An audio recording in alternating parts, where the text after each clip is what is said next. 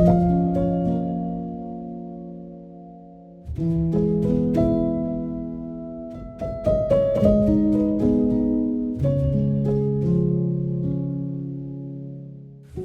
do you get inspired?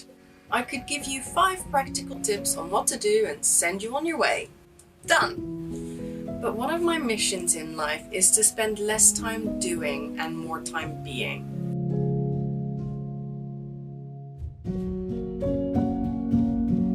So together I'd like to have a little think about what inspiration is, where to find it, how to cultivate it, and how to really make it work for you in the way you need to be more creative and make your own art. What I find hardest about my life and creativity is that it's not consistent. A daily art practice can be hard because often life throws you curveballs, or maybe I do manage to show up daily, but one day it feels good and the next day it doesn't. Things are not always the same or consistent. We are not always the same. Glorious, complex humans that we are, we can feel different from day to day. We change. So whatever practices, habits, and routines that we build, they have to accommodate for that, and we have to allow them to be flexible. Thinking of it this way makes me feel like I can breathe a sigh of relief. I don't have to figure out the one fixed, do this and all your problems are solved method and be disappointed when it doesn't work. But instead I can cobble things together in a way that suits me and my life. This way, discovering inspiration and creativity becomes fun and full of potential. Sometimes I will want to find inspiration outside, in the rustling leaves, the sunshine through the trees, the flowers and the wind on my face.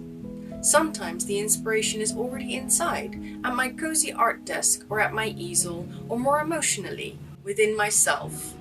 I also find that these things are a dialogue. One informs the other. They're cyclical, like a circle that keeps recreating itself and never ends. There are times of being in flow or frenzied activity, of overflowing ideas. Then there are times when the well is empty and I need rest. Those times are much harder.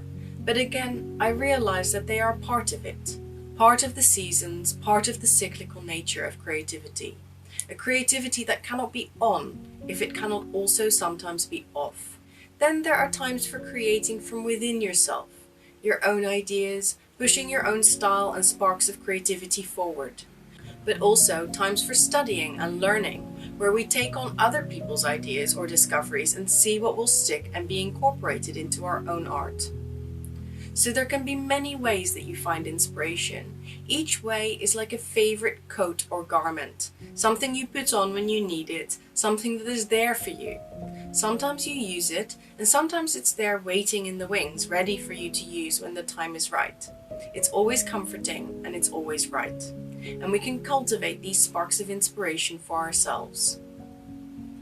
I love to spend time cultivating my comfort zones because those safe places make it easier to take a leap of faith and find inspiration. It's hard to be creatively fired up or in flow when we are scared or intimidated.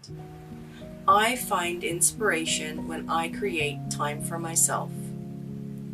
I find inspiration when I work in a loved handmade journal. I find inspiration when I use techniques that make me feel connected to my art. I find inspiration when I pick supplies and colors that make me happy.